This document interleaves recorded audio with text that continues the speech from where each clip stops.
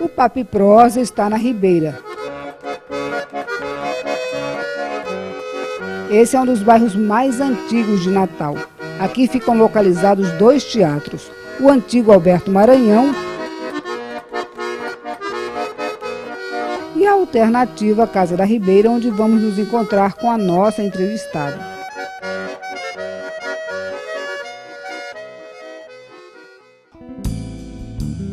As cortinas estão se abrindo, as luzes acenderam-se. E para contracenar comigo aqui, a atriz Titina Medeiros, que me deu o prazer de subir no palco da Casa da Ribeira.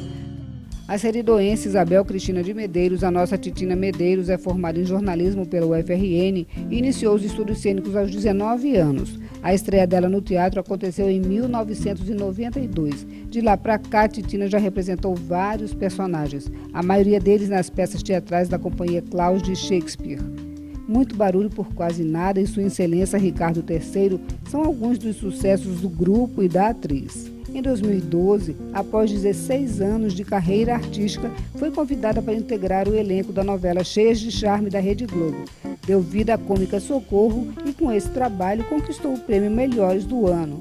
Em 2014, o convite para fazer televisão foi renovado e Titina interpretou a depiladora cômica Marisa, na novela Geração Brasil.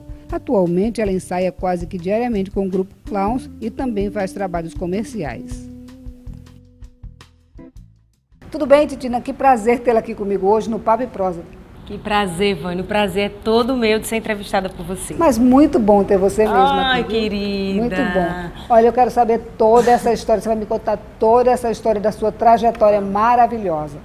Vamos, Vânia. Que você acompanha um pouquinho, né? Acompanho sim. Ah, sim, porque a gente se conhece há um tempinho já, desde o tempo da né? TV, Tião, meu cunhado. Exato. E foi ali, naquele período que eu comecei. Você sabe que foi Tião que me levou para o teatro a primeira vez? Ah, é? Tião. Gente, Tião é Sebastião Vicente, meu cunhado jornalista, né? Que é companheiro de Vânia da TV Cabugido no início. Enfim, Tião e Nani que me levaram para o teatro a primeira vez. Eu estava recém-chegada em Natal, 92, e eles me levaram para o Alberto Maranhão. Eu não sabia nada de teatro, eu fui apenas assistir teatro a primeira vez. Não conhecia, não queria ser atriz, nada. E eles me levaram e eu assisti um solo de uma portuguesa chamada Maria do Céu Guerra. Na época, é um festival ibérico que teve aqui em Natal. Menina, sabe o que é você sentar numa cadeira dessa e começar a assistir um evento? Não foi o teatro em si. O teatro eu achei um espaço bonito, o Teatro Alberto Maranhão, mas não foi o teatro, o espaço que me levou àquele encantamento. É que eu sentei e não fazia ideia do que eu ia assistir. Eu nunca tinha ido ao teatro. E, de repente, já tinha alguma coisa no palco, e começou uma luz muito fraquinha, e eu achava que era um saco de batata, era um saco de juta. E, de repente, essa coisa começou a se mexer. Vânia, eu tenho gravado isso na minha memória. Foi quando o teatro começou a nascer em mim. E, de repente, aquilo se levantou e aquilo era uma mulher. Aquela mulher me levou para a França, para a Espanha, para Portugal, para 1500. Ela era bêbada, ela era Gil Vicente. Ela era tão mágico, que truque nenhum de mágico de circo era capaz de me provocar magia que aquele evento aconteceu. E ela fazia um homem. Eu não imaginava que a atriz era um homem. E no final ela tirou a roupa. Eu disse, já era uma senhora. Eu disse, não, é mentira, não pode, é mágico demais. Saí dali com a certeza que isso era o que eu queria para minha vida. Que maravilha, né? Você foi realmente... Vomitei isso agora aqui, né? Nossa, mas, enfim, foi uma catarse agora, né? Quando você falou. Mas isso, foi, né? foi uma catarse. Foi catártico, foi epifânico. Né? Transformou a minha vida. Para mim é muito valioso isso. Né? Quer dizer que você só foi ter o contato com o teatro bem mais velha. Você criança nunca teve contato com o teatro, né? E nem imaginava ser atriz, nem queria ser atriz. Tocava na banda de música em Acari, tocava trompete, mas queria ser musicista, mas queria ser jornalista. Aquela coisa também, muito jovem. A gente não sabe ainda direito, a gente aponta algumas coisas, mas... Mas aí dá para perceber, então, que essa coisa entrou em você. Você tem ela lá dentro, na sua alma. É lindo demais. Está marcada na sua alma. O teatro se existe antepassado, a minha alma se conectou ao passado ali. talvez. E a partir daí, então, a Titina atriz surgiu. E eu nem me acho uma grande atriz e nem acho que teatro é fácil para mim. Aliás, eu acho bem difícil. Talvez seja por isso que eu gosto tanto. Porque me provoca, é muito difícil.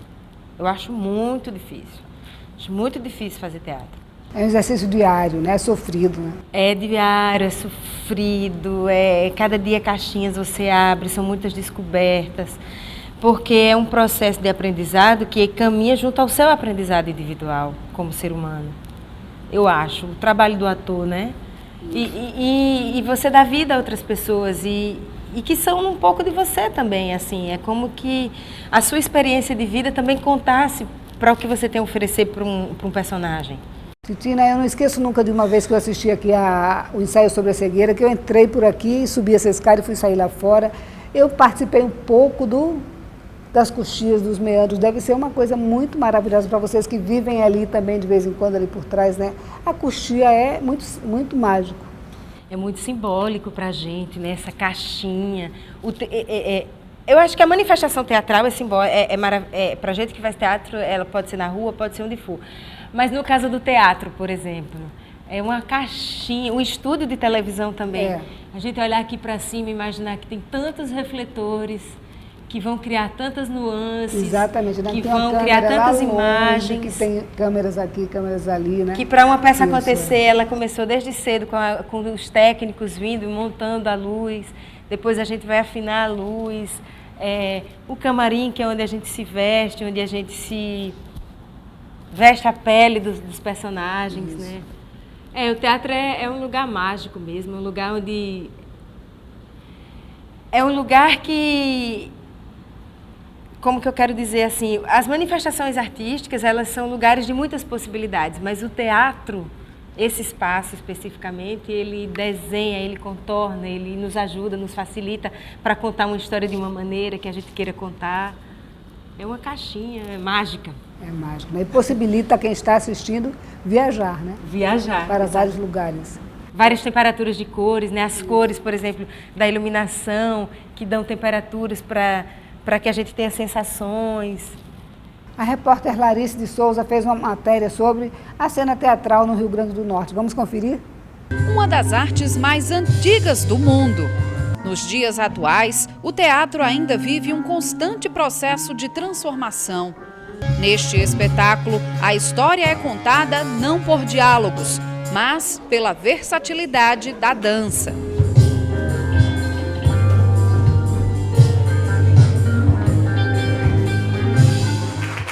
Na plateia, o público reage, ora animado pelas palmas, ora pelas gargalhadas.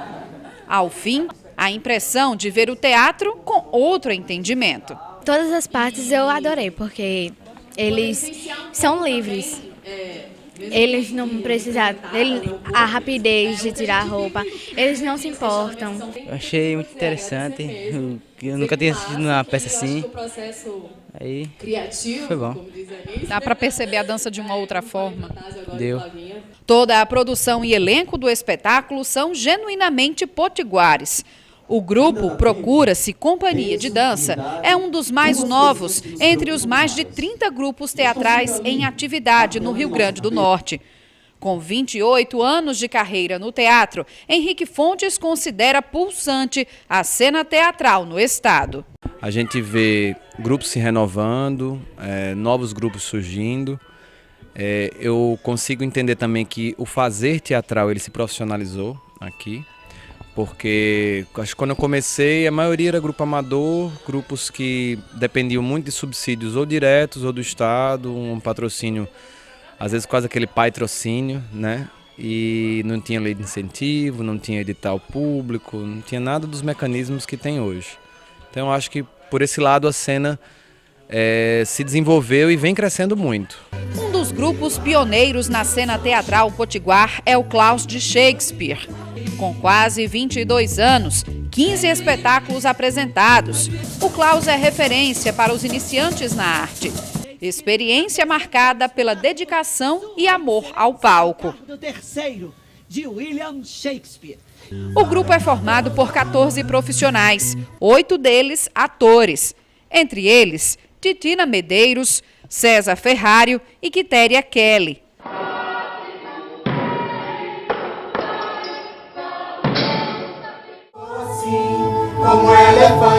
Além da profissionalização do setor, outro desafio constante é a formação do público para todas as idades. Neste espetáculo, Fabulosas Delicadezas de Elefantes, da Companhia Cênica Ventura, a plateia de idosos adorou a apresentação. Achei uma maravilha. A gente na mocidade a gente não via essas coisas, né? Morar no interior, a gente não tinha isso. E hoje na nossa melhor idade, como diz, a gente tem passeado bastante. Reações que indicam que o Teatro Potiguar está no caminho certo da formação cultural e do entretenimento. Pelo que a gente percebe aqui em Natal, esse público cresceu. Mais do que isso, se desenvolveu em termos de formação, então é um público exigente cada vez mais e que dá feedbacks maravilhosos.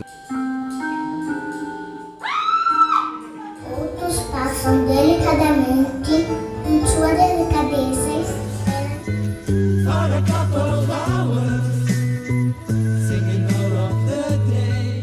Titina, que bom que tem muitos grupos teatrais no estado. Tem. A gente tem uma boa produção, sabia? As verbas são muito pequenas, eu acho ainda, para a produção, mas mesmo com isso, qualquer incentivo, os grupos aproveitam e produzem suas obras e tem muita coisa boa sendo produzida. Agora eu quero falar um pouquinho sobre o Klaus. Vamos. O Klaus, então, ele é um grupo de excelência aqui em Natal e é um grupo que tem uma linha de atores de primeira, como você, por exemplo, né? Obrigada. Não é jogando confete, porque você realmente é uma excelente atriz. E nós sabemos que o Klaus já extrapolou o Rio Grande do Norte, está por aí. Não só no Brasil inteiro, como também extrapolou e já foi para fora do Brasil, e você com ele. Como é que foi essa experiência de sair da fronteira? Ai, é tão bom. Primeiro, assim, tentando falar um pouquinho dos Klaus. Os Klaus é um grupo que tem 23 anos, vai fazer agora em novembro de 2015, 23 anos. É um grupo que surgiu de uma escola secundarista e hoje formou um grupo de teatro que é conhecido nacionalmente, é potiguar, mas é conhecido nacionalmente. E artistas também, né? Assim, o grupo é o nosso espaço de formação também, artístico, de pessoas, de tudo. Eu digo que é a nossa casa, o nosso berço, onde a gente se forma. E para a gente, contando esses 23 anos, primeiro a gente está numa esfera local, né? A gente com o nosso teatro acredita. Aí depois a gente consegue alargar o nosso muro para a nossa nação, para o nosso país. E isso já é um alargamento, um ganho, poder trocar com outras pessoas que fazem teatro no nosso país, já foi assim um alargamento maravilhoso. E agora, a gente já foi para a Europa, mas mais, sobretudo, alargando para a América Latina. E tem sido tão lindo. E ganhando prêmios, né, Titina? Ganhando prêmios e tem sido tão bonito. Esse nosso último projeto. Bom, a gente tudo começou na América Latina, no encontro latino-americano que tem em São Paulo, que a gente começou a conviver com grupos da América Latina. E foi tão lindo trocar, olha como que eles fazem, não sei o quê. E daí a gente começou a se interessar por alguns grupos e começou a viajar para festivais internacionais, e aí isso foi aumentando essa curiosidade para esses países latino-americanos, para o teatro que é feito nesses países. E depois a gente começou a entender que o nosso processo histórico é muito parecido. Né? A gente tem civilizações, uma de Portugal, outra de Espanha, que já eram países irmanados lá na sua origem, na Europa. E depois, quando a gente vê, a gente é muito parecido, economicamente a gente é parecido. Enfim, mas a gente é diferente também. Mas, sobretudo, uma coisa que nos caracteriza, essa coisa do teatro do coletivo e da precariedade. É uma coisa que a gente encontra. E da resistência. E, sobretudo, da resistência. Enfim, e aí a gente começou a viajar para esses países da América Latina. O nosso último projeto é a nossa trilogia latino-americana, que são 3 espetáculos. um infantil e 2 adultos. Que vocês estão em cartaz em São Paulo, Exatamente, é isso? que a gente esteve em cartaz em São Paulo. Então, Titina, eu aproveito para lhe perguntar, vocês conseguiram formar a plateia em São Paulo, no Sudeste, que tem todo um preconceito com o Nordeste. Foi isso mesmo, né? Eu fiquei impressionada. Você Que esteve lá, né? Eu estive lá e encontrei a sessão lotada. Eu acho, gente, isso é bom demais. Eu estou feliz por isso. Não porque eu não vou ver o espetáculo, mas feliz por saber que um grupo nosso está com sessão esgotada. A gente foi a primeira vez com temporada, o grupo foi antes para São Paulo, mas com temporada a gente foi a primeira vez em 2005 ou 2006, não lembro bem. E desde de lá para cá foi tão bom, a gente foi com muito barulho no Teatro Anchieta. Essa peça foi a peça que a gente fala que nacionalizou os clowns, né? Porque foi quando a gente começou a sair do estado e ela foi o carro-chefe. A gente fez palco giratório, que é um projeto do Sesc que viaja o Brasil inteiro. E nessa peça eu fazia Margarete, que era uma empregada que eu falo que já devia estar ensaiando para Maria de Socorro. E a recepção foi muito boa do público. E acredito que a gente tem construído... E o grupo tem sempre voltado a São Paulo com temporadas. Em 2007 com TUSP, com Casamento e o Fábulas. Depois em 2009 com Capitão e a Sereia. Depois com o Hamlet, com o Ricardo... Sua Excelência, Ricardo III é o máximo, né? Músicas de Luiz Gonzaga. A gente mistura Luiz Gonzaga com Excelências de Dona Militana. Nossa, que maravilha. Né? É uma grande sacada, The Doors. Isso. Queen. Enfim, o grupo tem conseguido sempre fazer temporada em São Paulo com seus espetáculos desde 2006. E, de fato, a gente tem público em São Paulo. Isso é muito positivo. Isso é muito lindo, isso é muito interessante, é impressionante. E não só lá, no Brasil também. Como a gente circula muito, e assim como tem outros grupos amigos nossos que têm público aqui em Natal, é muito legal isso, né? Mas eu estou registrando porque sair desse eixo Rio-São Paulo é fantástico. Um grupo nordestino, ir lá no eixo Rio-São Paulo e ter... E como é que a crítica tem visto isso? Olha, a crítica de São Paulo é bem bacana. Eu acho que ela acompanha o nosso trabalho de uma forma, assim, muito de perto e sempre comentando sobre os nossos trabalhos. É uma crítica muito especializada, né? Uma crítica que a gente tem.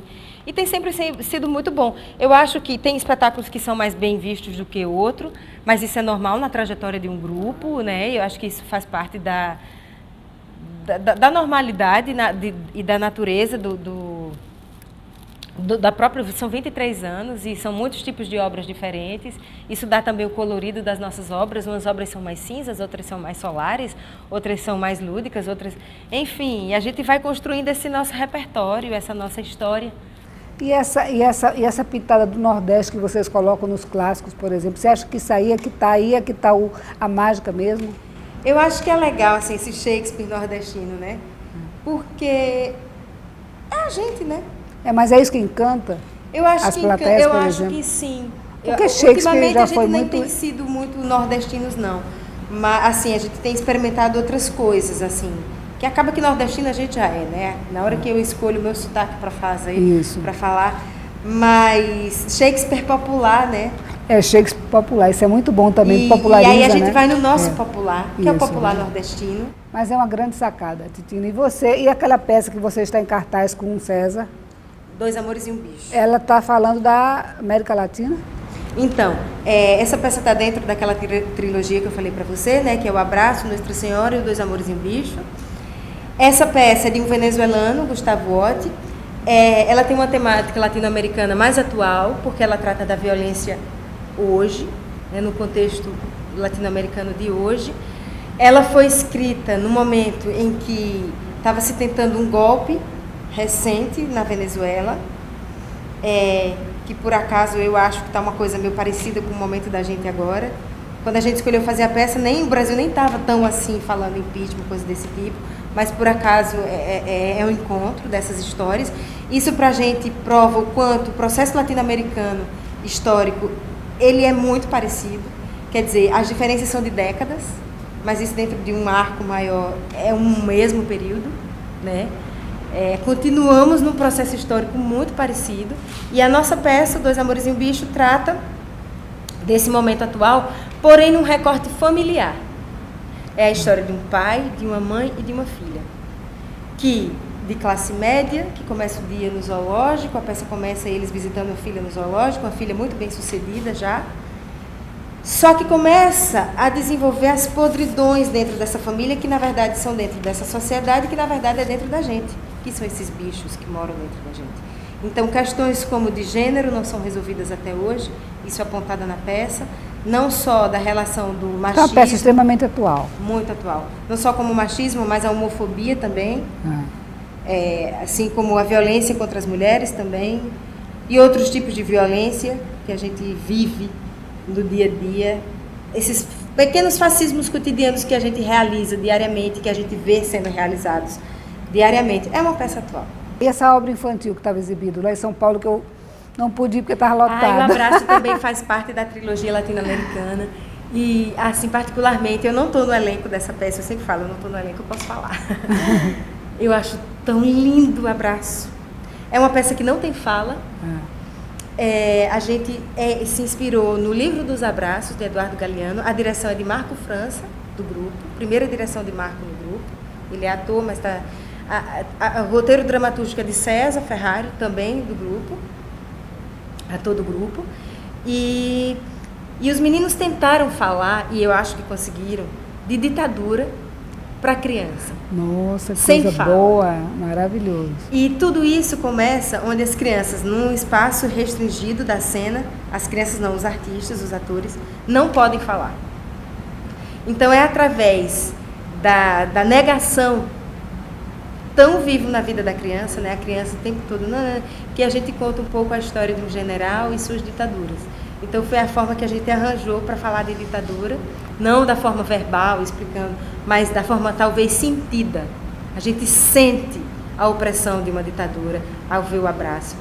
E trazer Eduardo Galeano para o teatro é maravilhoso, né? É uma riqueza nossa latino-americana, né? No Livro dos Abraços, Galeano, ele conta várias histórias, né? São recortezinhos de histórias latino-americanas.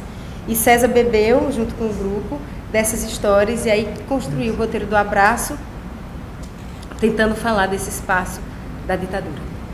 Muito bom. Tomara muito que bom. Essa ideia não cresça, né, na mente e no coração dos brasileiros, né? Tem gente aí pedindo a ditadura. Pedindo a ditadura de volta. É uma pena, né? E a gente tem que falar sobre o que é a ditadura, assim, no momento que o país está pedindo a ditadura de volta, eu acho que a obrigação nossa de artista é a forma de falar que, gente, isso não é bom. Teatros foram fechados naquela época, parece que as pessoas não se lembram não disso. Se lembram que a gente era tolhido, né? Antes, a gente já é tolhido com a democracia, porque é uma democracia meio que ainda aprendendo a ser democracia. Imagina negando esse aprendizado de uma democracia, né? Eu prefiro quebrar a cabeça democraticamente. Construindo, né, democracia. Estamos construindo ainda de forma tão difícil uma nação, são mais de 200 milhões de pessoas, é muito difícil a humanidade dar os seus passos, né? E o processo democrático, ele permite que lentamente a gente aprenda. Acho que a gente tem que ter paciência com a gente, com o nosso processo. Mas eu acho que o ator, dentro do seu ofício, ele pode fazer alguma coisa por isso. E eu acho que as nossas obras são esse espaço mais poderoso, mais potente que a gente tem. Isso. Bom, isso é o que eu acredito, na verdade, isso não é nenhuma verdade, né? Mas aí que bom que a gente, como artista, tem espaço para dizer o que a gente acredita. Claro, você aqui nesse programa tem espaço para falar. E isso é uma responsabilidade também. É, responsabilidade, naturalmente, como cidadã. Também, sobretudo. Eu vou ter que chamar um intervalo, daqui a pouquinho a gente volta, tá? Um minutinho só, Titina. A gente volta já.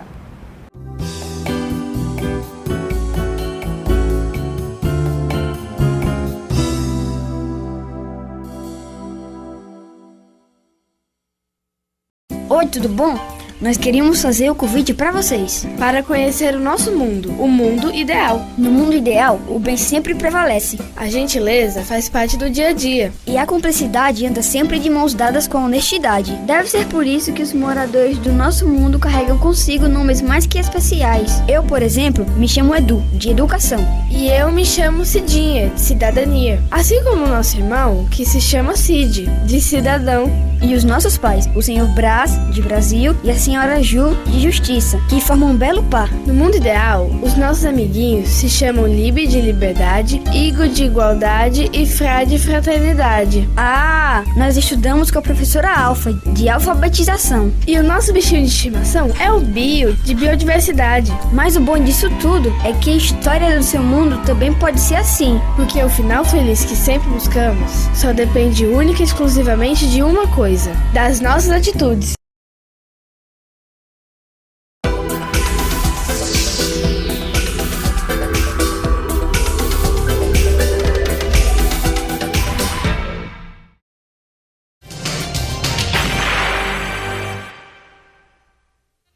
Até hoje há uma certa dificuldade em restringir o acesso do público a sites que façam apologia a crimes como a pedofilia.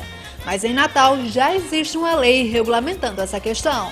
Lei número 6.284 de 2011 dispõe sobre a proibição aos sites de sexo, drogas, pornografia, pedofilia, violência e armamentos e dá outras providências. A proibição de acesso aos sites de sexo, drogas, pornografia, pedofilia, violência e armamentos deve ser implantada nas redes disponibilizadas em telecentros, escolas e órgãos públicos do município de Natal.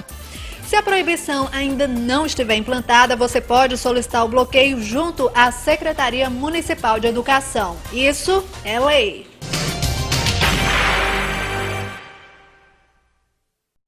O Parlamento se une para expandir os limites da cidadania. É a Rede Legislativa de TV Digital. Graças ao recurso da multiprogramação, 4 emissoras independentes estão disponíveis em um mesmo canal na sua televisão. TV Câmara, TV Senado, TV Assembleia e TV Câmara Municipal já transmitem em sinal digital aberto e gratuito para dezenas de cidades do Brasil. Isso significa muito mais qualidade de som e imagem e muito mais conteúdo para você. Mas como sintonizar a Rede Legislativa de TV Digital? É muito simples. Se sua TV for mais antiga, basta conectar um conversor digital nela. Você compra até em supermercado. É preciso ainda de uma antena UHF externa ou interna como esta.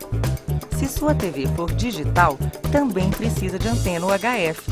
Pelo controle remoto, procure no menu a opção Buscar Canais. Se a busca só encontrar a TV Câmara ou a TV Senado, acrescente ao número do canal ponto 2, ponto 3 ou ponto 4.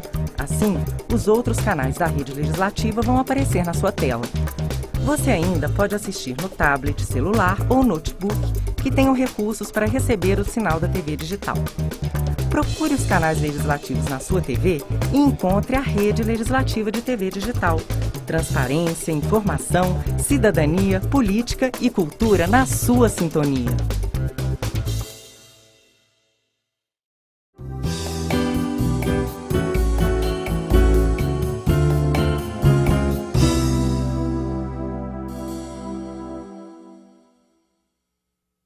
Estamos de volta agora com o Papo e Prosa, hoje entrevistando a atriz Titina Medeiros. Nós estamos hoje aqui na Casa da Ribeira, mas a Casa da Ribeira está aberta, é um espaço alternativo, né? Nossos teatros estão todos fechados e nós estamos contando com esse espaço alternativo aqui. Pois é, eu vim, antes de vir para cá, eu estava pensando, a gente vai falar, claro que é importante falar, os teatros públicos estão fechados. O governo não está cumprindo com o seu papel, que é manter esses espaços abertos. A gente está com o Teatro Alberto Maranhão fechado, o TCP fechado, o Sandoval Vanderlei fechado. Teatro de Cultura Popular, né? O TCP, né? O Teatro Chico Daniel e Teatro de Cultura Popular. Mas aí eu lanço uma outra luz, assim, para a gente não ficar falando, está fechado. Por que é que os espaços alternativos estão abertos e a pleno vapor? Claro que a gente sabe que não é fácil manter uma Casa da Ribeira, não é fácil manter isso aqui. Mas está aberto o espaço. Né? Os meninos da casa conseguem manter. A gente está conseguindo, a duras penas, manter o barracão aberto, manter o barracão funcionando, sede do nosso grupo e também espaço alternativo para outras apresentações. Aqui na Rua Frei Miguelinho, a gente tem, não chega a ser teatros, mas espaços que acontecem, cenas teatrais, como a Boca, de grupos de teatro, como a 3 de grupo de dança, como Gira Dança, que são espaços alternativos. Então, eu fico pensando, no estado, no município, que quase não tem edital para cultura, né? Quase não tem subsídios para a gente. As leis de incentivo. As leis de incentivo. Que são difíceis de serem usadas, porque é uma porcentagem muito pequena do que... Bom, se a gente for falar isso tecnicamente, a gente precisa de empresas que ganhem muito para poder dar 1% do que arrecada para a cultura. Então, nem sempre esse trâmite é burocrático. Eu acredito que elas acontecem, né? Muita coisa deve acontecer pela Lei Câmara Cascudo e pela Lei de Djalma Maranhão. Eu não estou falando que elas não funcionam, eu estou dizendo que elas poderiam ter uma abrangência maior, né? Um maior número, mas esbarra também muito na burocracia, são editais poucos. Mas aí eu voltando à luz para os espaços. Por que com tanta dificuldade nós, artistas, conseguimos manter os nossos espaços abertos? O que é que diferencia a gestão nossa? Eu estou fazendo uma pergunta, eu não estou nem dando uma resposta, eu estou querendo lançar a luz, né? Pensando aqui com você e pensando com o público também, o que é que faz?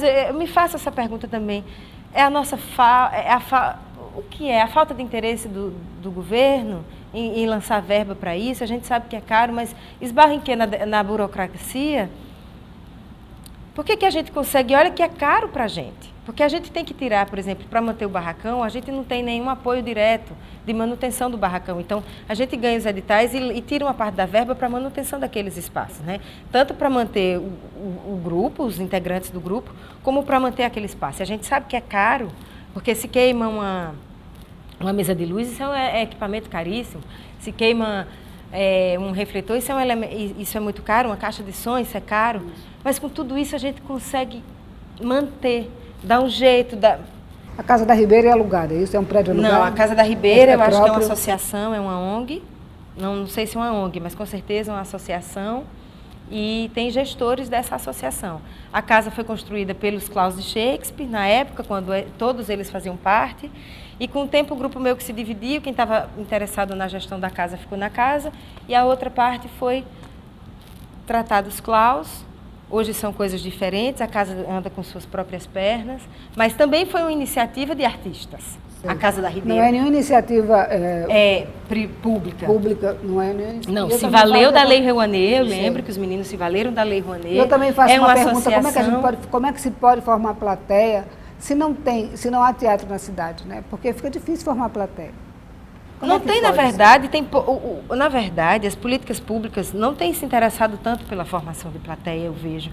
Porque não tem festivais, o único festival hoje que tem na cidade é o nosso, dos Claus de Shakespeare, um festival pequeno que a gente faz com uma verba muito pequena, quem vê a verba não acredita que a gente tem condições de fazer um festival daquele, e a gente faz uma semana de festival, trazendo grupos do Brasil inteiro.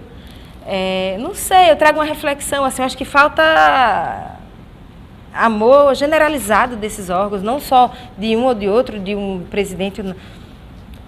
Não sei, mas a gente está caminhando. Tem a Rede Potiguar de Teatro, que é uma rede onde a gente discute questões da nossa pauta, né? E acho que a gente tem tido diálogo com a Funcarte, tem tido diálogo através da Capitania das Artes, tem tido diálogo também com a Fundação José Augusto. Eu acho que é isso, que é muito complexo, né? Não depende só de um órgão. Mas me parece, então, que tudo que tiver vai ter que ser iniciativa de vocês. Uma escola de teatro, por exemplo, não há não tem escola de teatro, formação de atores aqui no Estado. Não há escola de teatro. Eu acho que nem a Universidade Federal forma ela tem um curso, a universidade tem um curso de teatro. Tem, eu conversando... Mas assim, às vezes, o aluno às vezes não quer passar 4 anos e meio para né? Lá nos Claus, a gente está justamente... Assim, eu não posso falar, realmente tem uma demanda. Tinha um TCP, o Centro de Pesquisa, CPT, Centro de Pesquisa Teatral, que foi fechado, que eram módulos que João Marcelino até que... Dirigia. Exatamente.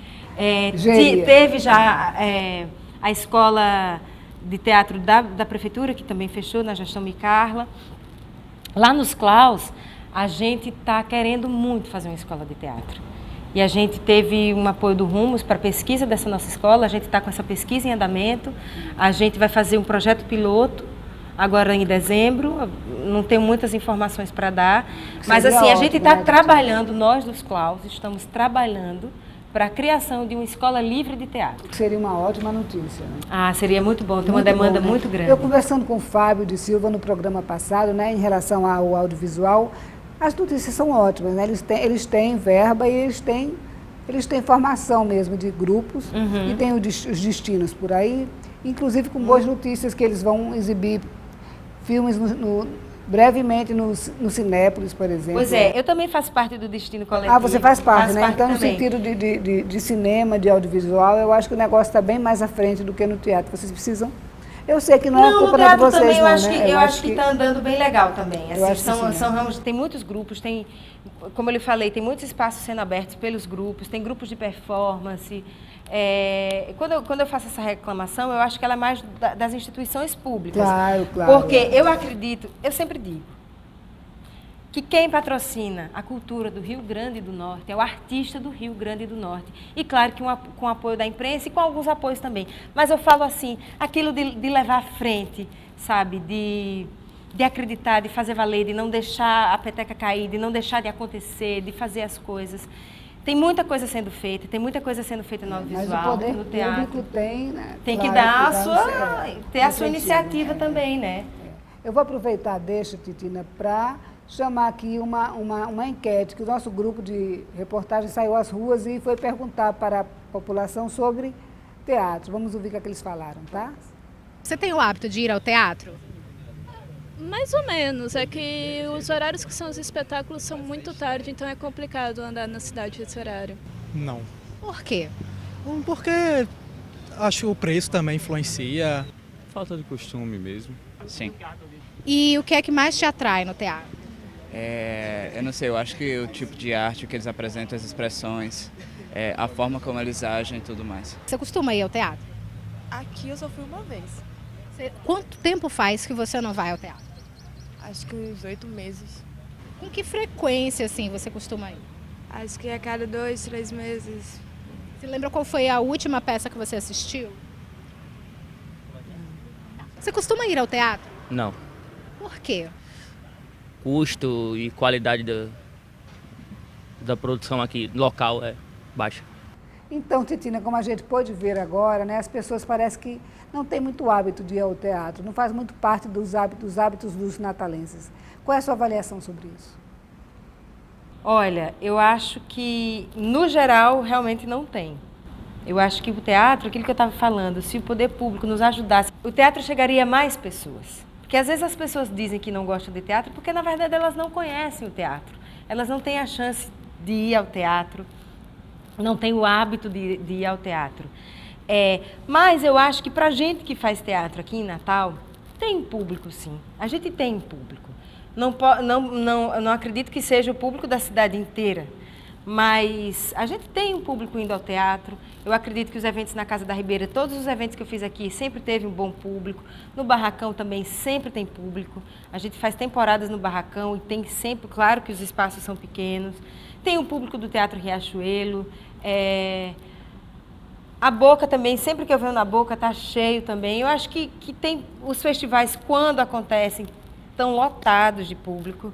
Agora, falta que ele se popularize mais mesmo e vá, por exemplo, às praças, um teatro popular que vai então, aquela história, né? O teatro tem que ir onde o povo está. Eu acho. Né? E a gente tem que ter essa ajuda também. Essa ajuda, né? Para que a gente possa chegar. Para se apresentar nesses projetos que o teatro vai lá e se apresenta nos bairros da periferia. Poxa, era tão legal que isso acontecesse, é bacana, né? Sabe projetos por quê? Desse, né? Através de Porque imagina, daria emprego para os artistas, né? E não daria emprego, não dava esmola. Comprava o produto dele, que é a obra do bacana, né? Porque quer dizer, estimulava. E com esse dinheiro, ia poder manter seu grupo, ia poder manter seus artistas. E estimulava também que o público tivesse o que fazer no final de semana, para onde levar seus filhos, para passear. Quem não quer um espaço de lazer? Né? Naturalmente, né? Mas isso aí cabe ao poder público, né? Eu acredito que sim, né? Pega uma boa peça e leva para os Porque, espaços. veja, a gente com trancos e barrancos constrói nossas obras sem dinheiro, sem verba, a gente já está fazendo nossa parte, né? Era bom. E os festivais, Titina? Me fala dos festivais. Os festivais aqui em Natal? Aqui em Natal, Olha, a gente hoje só tem um festival, que é o nosso dos Klaus, o Mundo Inteiro é um Palco. Natal hoje só tem esse festival. Mas já tivemos alguns festivais, e deixa eu lhe falar uma coisa. Desses alguns festivais que tivemos, como o Agosto de Teatro, como o festival, não lembro como era o nome, Festa em Cena, eu acho, a média de público desses festivais, durante uma semana, era de 85% da casa. Quer dizer, o público, quando tem evento, ele vai. Agora, precisa que os eventos aconteçam. Não só os eventos, precisam que... Né, porque a gente tem uma discussão sobre cultura de eventos. Não, a gente não quer cultura de eventos. A gente quer a cultura do dia a dia, não só dos eventos. Aquela que a pessoa queira ir para o evento no final de semana e tenha para onde ir. Né? Enfim, tem essa coisa também de pouca gente ir ao teatro. Isso para a gente não é de todo ruim, porque isso quer dizer que a gente tem muito trabalho. A gente tem muito espaço para trabalhar, a gente tem muita gente para atingir. Né? É um campo aí gigantesco e que se a gente arregaça a mão e se a gente tem uma forcinha, a gente pode chegar na população, a gente pode estar desenvolvendo, mostrando para elas outras coisas. No domingo poder dar um banho no seu filho, poder tomar um banho, passar um perfume na praça e assistir uma peça, isso é maravilhoso. Vamos voltar agora a uma coisa bem interessante da sua vida que eu não explorei ainda. Vamos. Quero saber aí das suas passagens pelo mundo televisivo. Vamos contar, então. Você é uma atriz de teatro, isso aí a gente sabe com certeza que o teatro é a sua alma que está arraigado na sua vida mesmo, a gente sabe. Agora eu quero saber como é que foi essa incursão pelo mundo da televisão. Você foi convidada para a Rede Globo e lá mesmo você participou de 2 novelas, no horário das 19 horas. Numa delas você interpretou Socorro, uma empregada muito engraçada, e na outra você interpretou uma depiladora, depilatriz ou depilanta, dependia como eles chamavam, né? Você contracenou com pessoas, com atores já reconhecidos pelo público como Renata Sorrah, Lázaro Ramos, Aracy Balabanian, Cláudia Abreu e grande elenco. Você contracenou com essas pessoas. Quero saber como é que foi essa experiência de sair do palco para o estúdio da televisão. Como é que foi ser dirigida na televisão? É muito diferente, Titina. É diferente. São tantas coisas. Bom, primeiro eu quero dizer que eu adoro fazer TV. Assim, é um ambiente que as 2 vezes que eu trabalhei, eu gostei demais. É uma brincadeira. Parece que é uma brincadeira. É tão gostoso, assim, ir para o estúdio. Eu gosto de fazer aquilo. Quando eu era criança em Acari, eu deixava as bonecas armadas e a gente tinha casas de bonecas imensas. E todo dia de tarde eu tinha aquela hora certinha de ir brincar de boneca. Não era boneca sendo mamãe de boneca, era contando história como novela. Era tipo, aí andava aqui, aí tinha umas cidades. Era uma coisa meio assim, acho que a gente assistia a novela e meio que reproduzia com os bonecos no outro dia de manhã. Quando eu estou fazendo novela, eu tenho essa sensação de que eu estou em Acari, fazendo aquilo que eu fazia. Faz com gosto também. Brincando e brincando com aqueles atores, porque é tudo tão de verdade. Lá no caso, então, as casas são de verdade, né? O sofá você sente, aquele sofá de verdade. Então, parece tão uma... é muito gostoso fazer novela, é uma honra. Eu nunca imaginei que eu pudesse contracenar com Renata, com Aracy. Uma surpresa para mim também, né? E eu tenho que aproveitar isso, porque são grandes artistas. Murilo Benício. E eu só tenho que ter muita alegria, porque são realmente grandes artistas, colegas maravilhosos de trabalho. E receberam bem? Muito bem, assim, eu me sinto muito, muito acolhida. Estou sempre trabalhando com o núcleo de Denise Sarraceni. Você é do núcleo, Do núcleo, sempre com esse núcleo. Eu acho uma delícia, são artistas, né? Conversam sobre o meu assunto, sabe, assim, claro que nos Klaus é família, mas lá é um ambiente muito gostoso também, sabe? A gente conversa sobre muita coisa, sobre a nossa profissão. Gente, é muito bom. Então foi uma experiência boa. Sorte, né? Eu acho que é uma sorte trabalhar com essa gente que tem muita experiência, que sabe muito, essa gente sabe muito. E tem passagem por teatro também, né? A Renata tem passagem por teatro. Nossa, a Renata trabalha com amigos meus de antes da televisão, que é o pessoal da Companhia Brasileira. Hoje Renata integra a Companhia Brasileira, está sempre montando peça com eles. Esta criança com uma obra incrível, ganharam prêmios, Renata. Enfim, sabe aquela coisa assim, poxa, eu fico tão feliz de saber, por exemplo, que Renata, minha companheira na TV, trabalho com meus companheiros do teatro, sabe? E a gente tá ali no mesmo ambiente. É muito gostoso. Agora com o Krum, peça incrível, que eles também estavam em cartaz em São Paulo. Fui ver lá no teatro. Eu sei. Eu fiquei louca para ver. Uma peça bem interessante, alemã, é isso? De um autor alemão, se eu não me engano? É judeu. Ele é Israel. Estou esquecida do nome do autor de Krum. Mas, enfim.